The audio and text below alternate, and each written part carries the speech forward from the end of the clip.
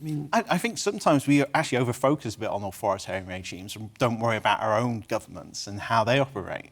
We're so worried about thinking about problems in places like Russia and the terrible things that are happening there, we're kind of overlooking that democracy is in crisis in the West to an extreme extent, and that we aren't really adapting our society to deal with that reality. I think what's really important now is that we are more connected, we are more involved, and we have to live with that reality by figuring out how we actually empower citizens to have an impact on the world around them in a positive way.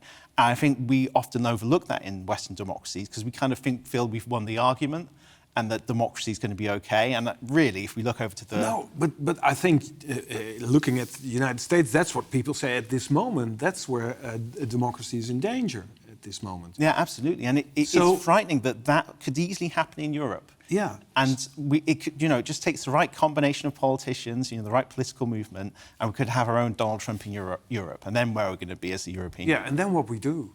I mean, you talk about education.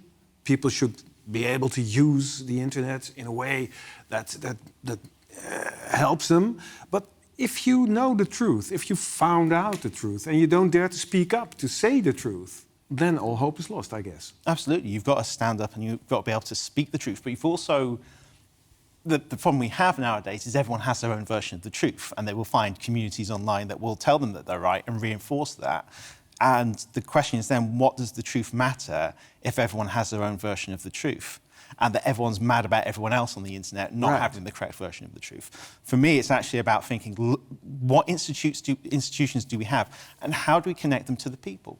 We are working at the moment at Bellingcat. We go into universities, we develop course material to teach open source techniques, and then we create hubs where students can come together and apply those techniques to actual investigations. So we've just done one with Utrecht University, and their first investigation was using open source material to look at police violence during pro-Palestinian protests. And that was something that got national media coverage, it made the police ask questions, and it's looking for those opportunities to bring people together into environments where we're not just teaching them that the truth is important, because that seems obvious to everyone, I think, but how to find the truth and actually how to have impact from that truth. That's crucial.